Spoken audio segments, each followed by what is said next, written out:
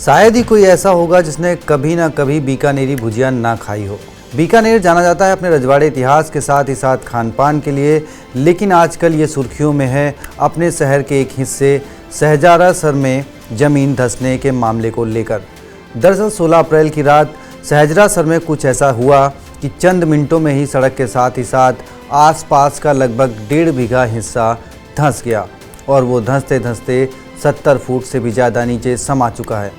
इसको लेकर जीएसआई के वैज्ञानिकों ने सर्वे किया तो पता चला कि शायद यहाँ पानी का स्रोत हुआ करता था, जिसके सूख जाने से ऐसी घटना घटित हुई। बाकी फाइनल रिपोर्ट आने का इंतज़ार है।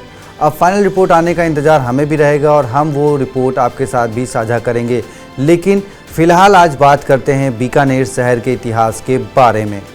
क्या आपको पता है बीकानेर शहर महाभारत काल से अस्तित्व में है?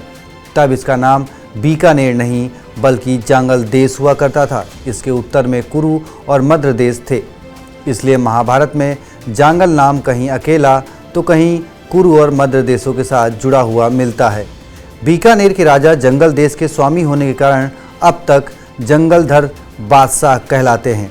जांगल देश से बीकानेर तक का सफ़र तय करने की भी बड़ी दिलचस्प कहानी है। जांगल के बीकानेर बनने की कहानी शुरू होती है इसे जोधपुर में मिलाने से। उस वक्त जोधपुर में राव जोधा का शासन था। राव जोधा के बड़े बेटे राव बीका के नाम की वजह से ही जांगल देश का नाम बीकानेर पड़ा। उन्होंने ही करणी माता के आशीर्वाद से 1465 में जांगल प्रदेश में राठौर वंश की स्थापना की। 1488 में नेरा जाट के सहयोग से बीकानेर शहर की स्थापना हुई और इस तरह से राव बीका ने बीकानेर के नाम से नए शहर को बसाया। राव बीका से लेकर महाराजा नरेंद्र सिंह इस शहर के आखिरी शासक रहे। जांगल देश से बीकानेर में बदले शहर ने अपने इतिहास को कभी अपने से दूर नहीं किया। भुजिया के अलावा पूरे देश दुनिया में बीकानेर ऊंट महोत्सव के लिए भी प्रसिद्ध है।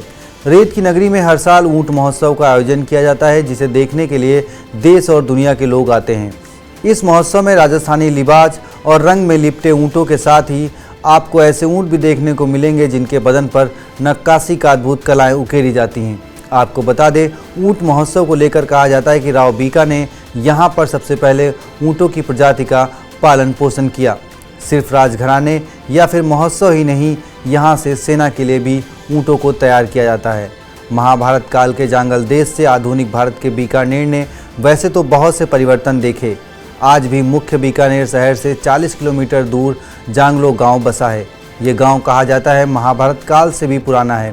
कहते हैं यहाँ कभी सरस्वती नदी बहा करती थी और उसके आसपास एक विकसित आबादी रहती थी, लेकिन नेचुरल क्लाइमेटीज़ के साथ धरती में हुए बदलाव के चलते परिवर्तन हुए और सरस्वती नदी समा गई।